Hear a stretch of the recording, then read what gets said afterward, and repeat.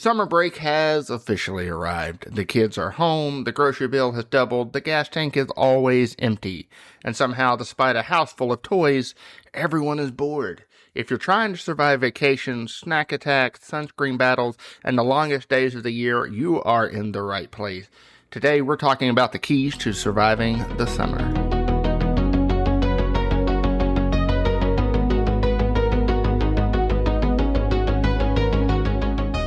Welcome back to Mostly Me, Occasionally Wise, the podcast where we navigate marriage, parenting, family life, and all the beautiful chaos in between.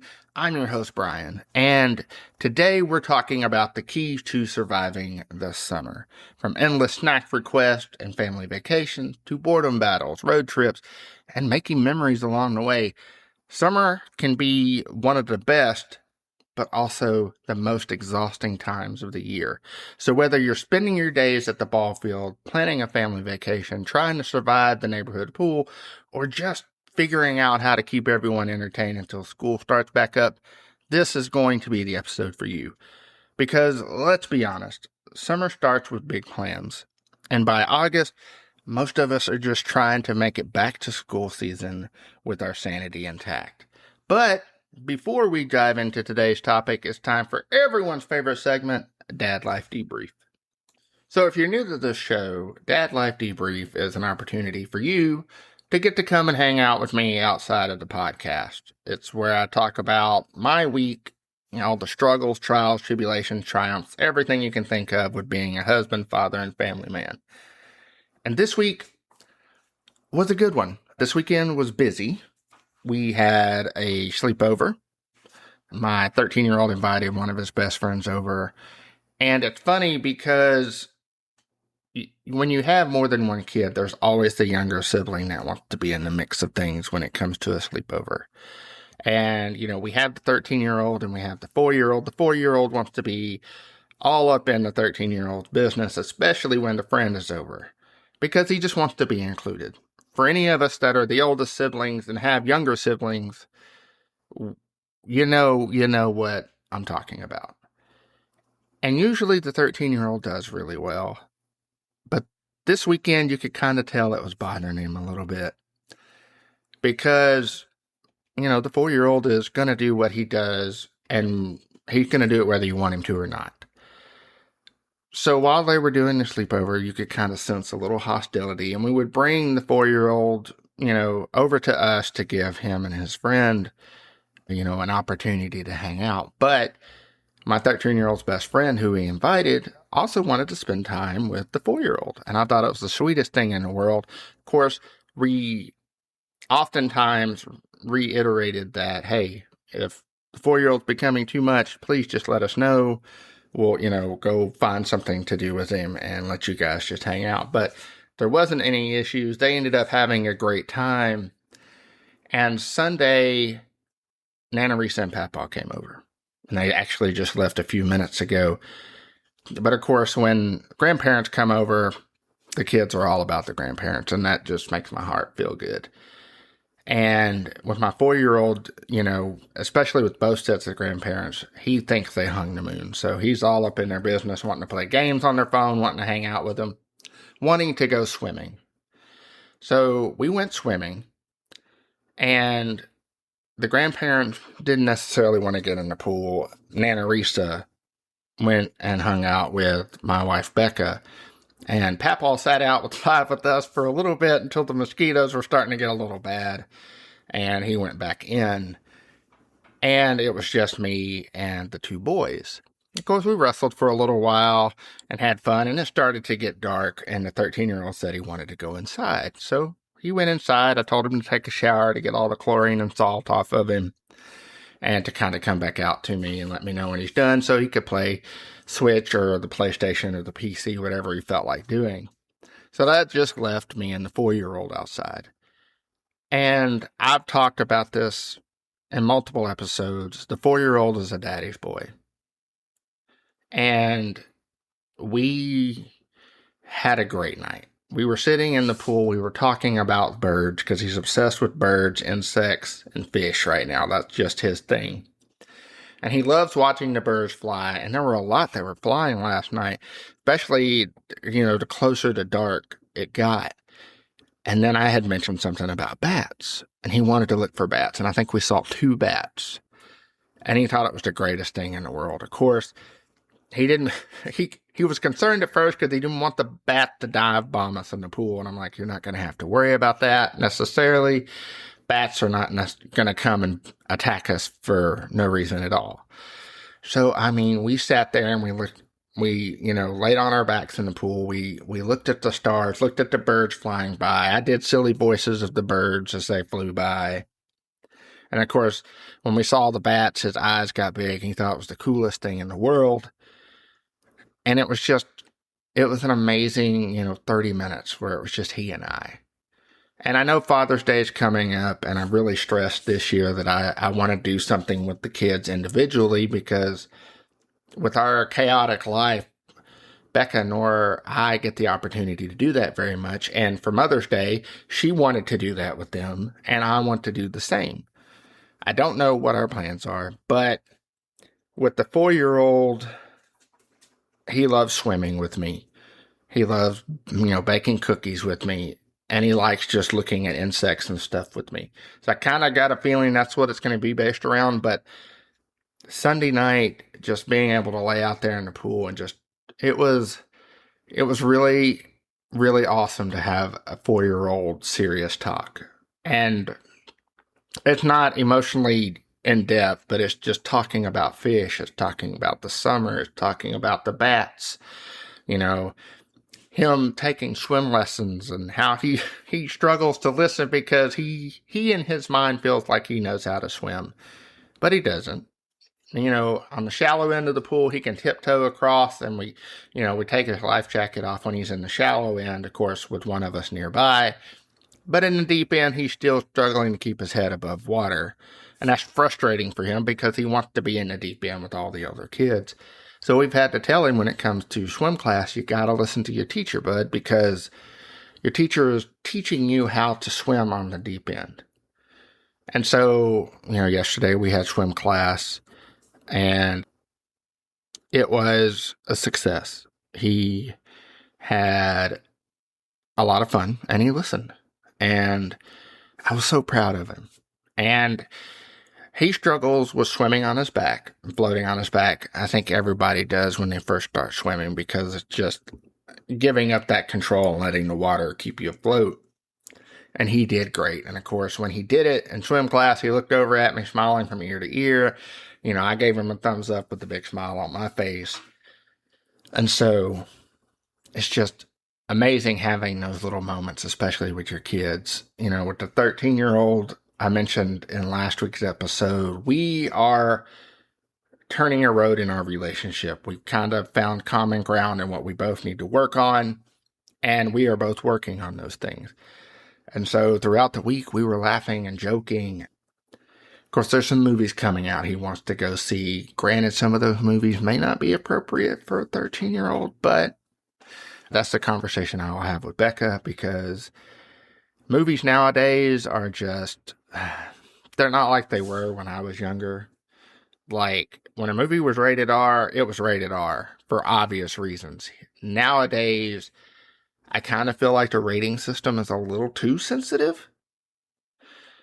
But at the same time, we need, Becca and I want to be the best parents we can be and not throw things at our kids when they're not ready for them, as far as, pop culture, entertainment, social media, and all that is concerned. But 13-year-old and I had another great week. We're going to hang out some today, whether it's just him playing, Minecraft on the PC and I'm playing Dave the Diver on PlayStation, just being in the same room, just being present, or who knows, maybe we'll go see He-Man or a movie. But that has yet to be determined. So this week has just been an amazing week. The 19-year-old, she's living life and thriving. Her relationship with her boyfriend is just amazing to watch develop, especially with someone who struggled with having that kind of closeness with a boy.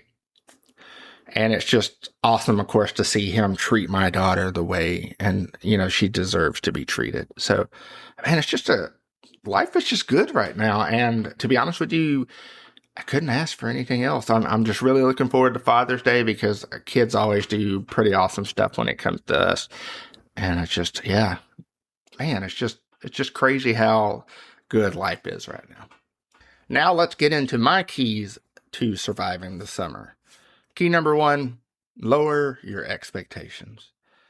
Now, if you're like me, when summer comes around, your internal Clark Griswold comes out. And if you don't understand that reference, go back and check out National Lampoon's Vacation, National Lampoon's Christmas Vacation, and you'll completely understand what I mean by my internal Clark Griswold coming out.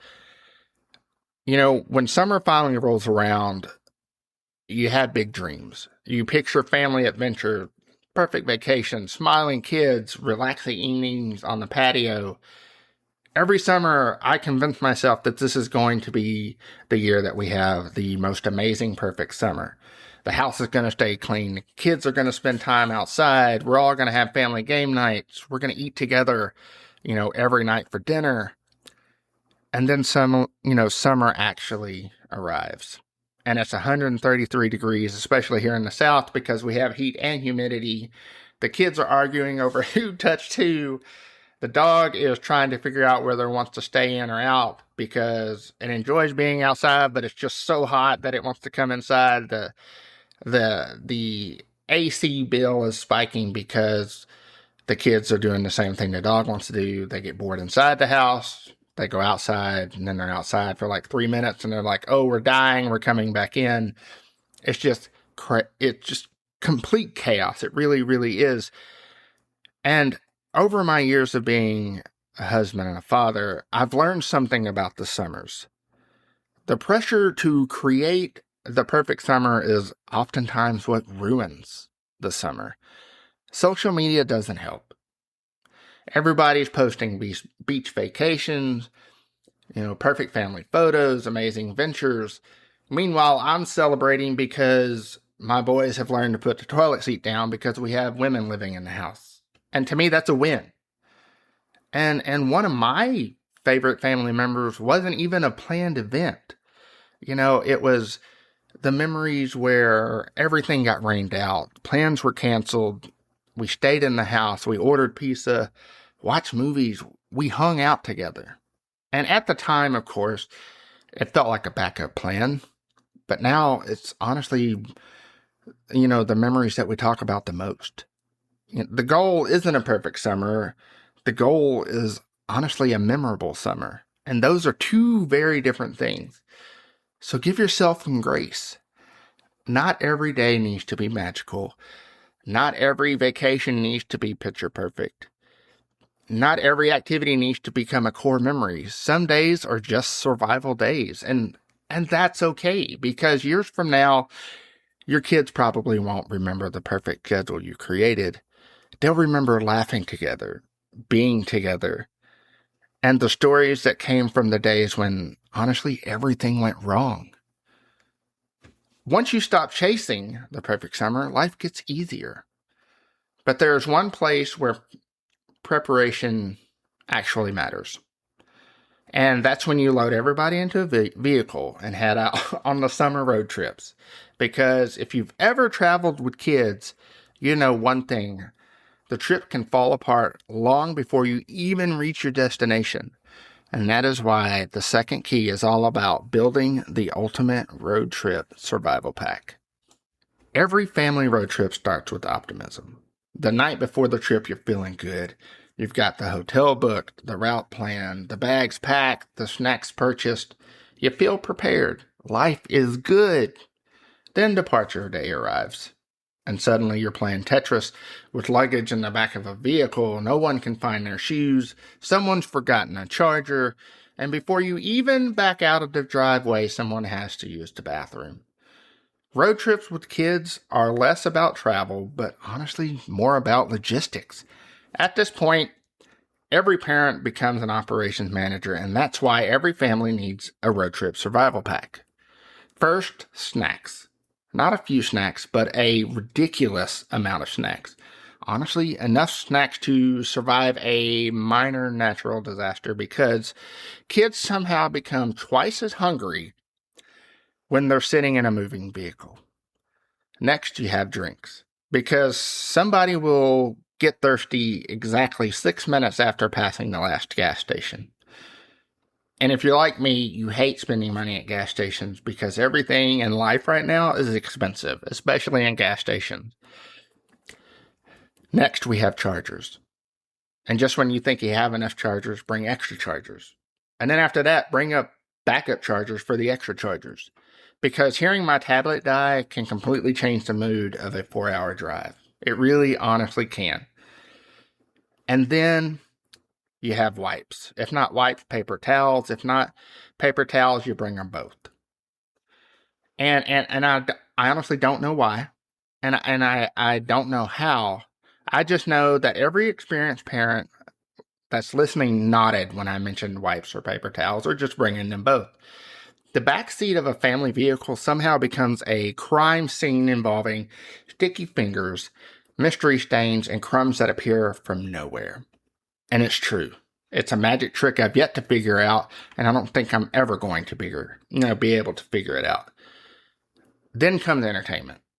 Books, games, downloaded movies, coloring books, maybe even a backup playlist, because eventually someone is going to get tired of whatever they're listening to. And the real danger isn't running out of gas. It really isn't. It's running out of distraction. And of course, let's talk about the gas station stops. Why is it that every quick bathroom break turns into a $40 purchase? You walk in for one bottle of water because the drinks you have brought are just not working and they're whining and complaining and you're tired of hearing about it, so you cave in. But when you go in for one bottle of water, you end up leaving with chips, candy, beef jerky, 2 sports drinks, and sometimes, a souvenir. If you ever been to Buc-ee's, yeah, you're done for. Just get ready to spend some money. And the crazy thing is, everybody walks back to the car acting like they only bought one thing, and they didn't. The goal isn't to create the perfect road trip. The goal is to arrive at your destination while still honestly liking each other, tolerating each other. And if everybody gets out of the car smiling and laughing, to parents, that's considered a bonus. So now you've packed the snacks, loaded the chargers, you grabbed wipes or paper towels or both, and somehow all the luggage is squeezed into the car. There's one more thing that every road trip needs: music. Because no summer road trip is complete without the perfect soundtrack, which brings us to key number 3, building the perfect summer playlist. Every great summer has a soundtrack. You hear a certain song and suddenly you're transported back to a summer vacation of your own, a baseball game, a beach trip, a late night drive with the windows down. Music has a way of attaching itself to memories. And that's why every summer playlist honestly needs a few essentials. First is the windows down anthem. The song that makes you turn the volume up. The one that instantly feels like summer. And for our family, we love Imagine Dragons. And when I think of Windows Down Anthem, Take Me to the Beach is the first song that pops up. It's catchy. It's just, you can't help but sing when it's on. You can't help but turn it up. It just gets you into the mood for the vacation you're fixing to go on. And then, of course, the second one is the road trip classic. The one everybody knows, the one everybody sings, whether they want to or not. And if you're thinking about a road trip classic, especially for me, it's anything Michael Jackson. Beat It, Thriller, Dirty Diana. Just Michael Jackson in general has a million songs that we just love and adore. But we've listened to those songs so many times that whether we want to sing them or not, you can't help but sing them because they're classics. And then next you have the nostalgia track. And this song instantly takes you back. And for me, those songs are time machines. Like, I hear them and suddenly I'm remembering summer vacations from years ago. And the first song that pops in my head here is Your Love by The Outfield. And that whole album, Play Ball, is an amazing album. But The Outfield, Your Love, every time I hear that song, being that I grew up in the 80s and 90s, just triggers a lot of happy memories for me when it comes to just memories in general. Next, you know, every playlist needs a guilty pleasure song. Yeah, and you know the song I'm talking about, the one you claim you don't like, but somehow you know every word too. I can't really think of one off the top of my head that falls into this category. Ice Baby, maybe. And it's not that I don't like the song, it's just very overplayed in the 90s. And I get more enjoyment out of listening to my wife rap this one out because she's 100% white and it shows when she's singing Ice Ice Baby, but I love it and I adore every second of it. And then, the real challenge when it comes to building a playlist honestly isn't just building the playlist, it's sharing control of the playlist because everybody wants to be the DJ. I want to listen to classic rock. Becca wants to listen to something everyone can enjoy. And the kids want, the same song 17 times in a row, especially my 4-year-old. And at some point, everyone just agrees to disagree anyways, and we sing the songs. I mean, that's summer. And if your summer playlist creates a few memories along the way, then you've done it right. The funny thing about summer playlists is that most of our favorite songs are attached to memories, like I've said, road trips, vacation, family adventures. And speaking of vacations, let's talk about one of the greatest parenting myths of all time. That every family vacation that you go on is supposed to be relaxing. And that brings me to key number 4. Except that family vacations, honestly, aren't family vacations. Let me be honest for a second. Family vacations, they aren't really vacations. They're parenting in a different location. Usually somewhere significantly more expensive. Before kids, vacations were about relaxing. You slept in. You did whatever you wanted. You ate when you were hungry. You went where you wanted to go. After kids, vacations become project management. You're coordinating schedules, packing bags, making reservations, finding restaurants. You're trying to keep everyone happy. And carrying things around that you honestly, that may not even belong to you. Because every parent becomes a pack mule on vacation. It's true. And I don't even know how it happens. You start the day carrying your own stuff, and then an hour later you're carrying towels, water bottles, sunglasses, snacks, flip-flops, 3 random items nobody claims ownership of, or you may be even carrying a child while carrying all these things. And let's not forget the packing process. Vacation packing with kids feels like you're preparing for a 6-month expedition. You need clothes, then extra clothes, backup clothes for the extra clothes, medicine, chargers, snacks, sunscreen, favorite stuffed animals, and somehow there's always one thing that gets forgotten. Always. No matter how many lists you make, no matter how many times you check that list, something gets left behind, and there is a kid that reminds you of that. And there will be hell to pay. Then comes the hotel room. 1 room, multiple people, different bedtimes, different schedules, different expectations. And somehow nobody sleeps as well as they do at home. And yet, despite all of the negativity that goes around that, vacation memories are oftentimes some of the best memories. Because not everything goes perfectly.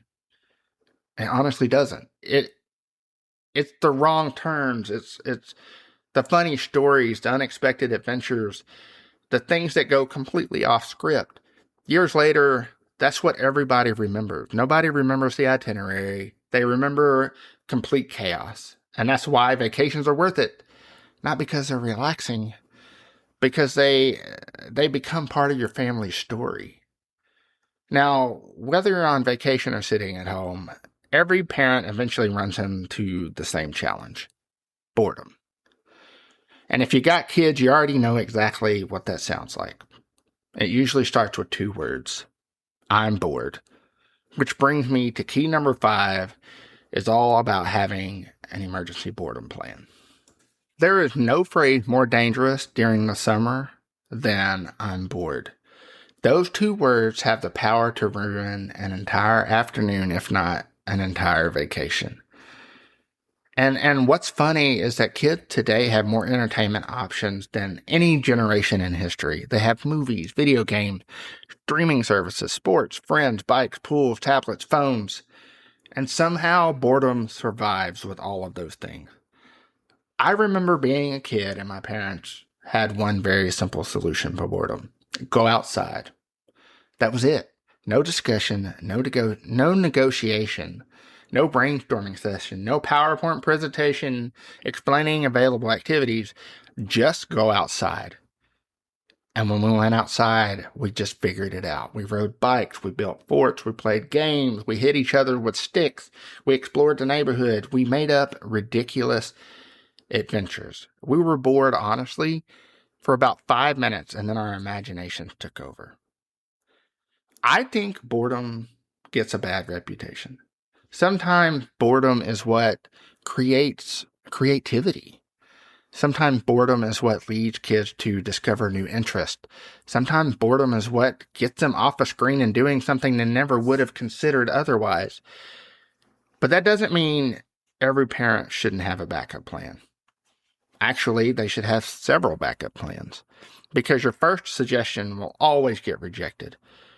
Then your second suggestion will get rejected as well. And somehow your third suggestion, even though you thought was terrible, becomes the greatest idea in family history. Water balloons, movie nights, board games, a trip for ice cream, a walk around the neighborhood, anything that changes the momentum. Because once boredom spreads through the house, you're in trouble. It's like a summer virus.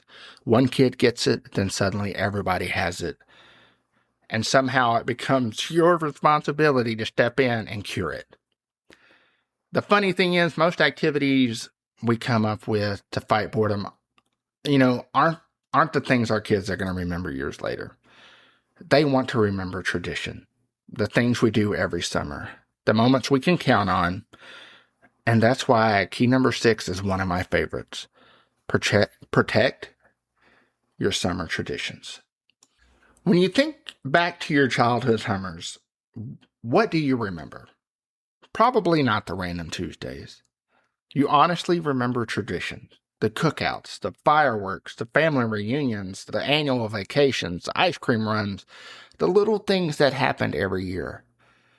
Those moments matter because, it's not that they were expensive. It's not because they were elaborate. It was because they were consistent. Kids remember consistency. They remember the things they can always count on. Traditions become landmarks in their childhood. They really do. And now we as parents get the opportunity to create those traditions with our own families. Some traditions are planned. Others happen completely by accident. Those are my favorite ones. Maybe it's getting ice cream after a baseball game. Maybe it's a family movie night. Maybe it's a cookout with friends. Maybe it's a lake trip every summer. The important thing isn't what the tradition is. The important thing is that it becomes a part of your family's story. Years from now, your kids won't remember every summer, everything that happened during the summer daily. They'll remember the traditions. And one day, they'll probably continue those traditions with their own families. And as a dad and a husband, that's pretty cool to think about. And when you really honestly think about it, traditions are important because they give us something to hold on to. They mark seasons. They create memories. And before you know it, another summer has passed, which leads to what I think is the most important key of all. Key number 7. Remember that all of this goes fast. I know, nobody likes the serious section, but just stick with me. Summers have a funny way of playing tricks on parents. The days feel long, the weeks feel chaotic, but somehow over the years, it moves by so quickly. One summer you're teaching your kid how to ride a bike. The next they're riding miles ahead of you. One summer they're asking you to play with them, and then the next they're making plans with friends. And the older you get, you realize these summers aren't going to last forever. And as parents, we spend a lot of time trying to manage the chaos, the schedules, the activities, the vacations, the expenses. And before you know it, the summer's over. And that's why I think, the most important key to surviving summer is remembering to be present. Now, don't be present at every moment. You can't do it. It's just not possible. No one can do that. But some of the moments, be present. Put the phone down occasionally. Take pictures. Watch the fireworks. Take the lake trips. Play the games. Turn up the music. Enjoy the cookouts. Because one day you'll realize that the things that felt ordinary were actually the moments that mattered the most. The little conversations, the backyard adventures, the traditions, the chaos. You may not miss the snack request. You may not miss hearing "I'm bored," but you'll miss the people saying it. And that's what makes summer special. And maybe that's what all this comes down to. The road trips, the vacations, the traditions, the playlist, the boredom battles, the chaos. Those are the things that what makes summer what it is. And while they may not feel special in the moment, one day they're the things that we'll remember the most. And there you have it.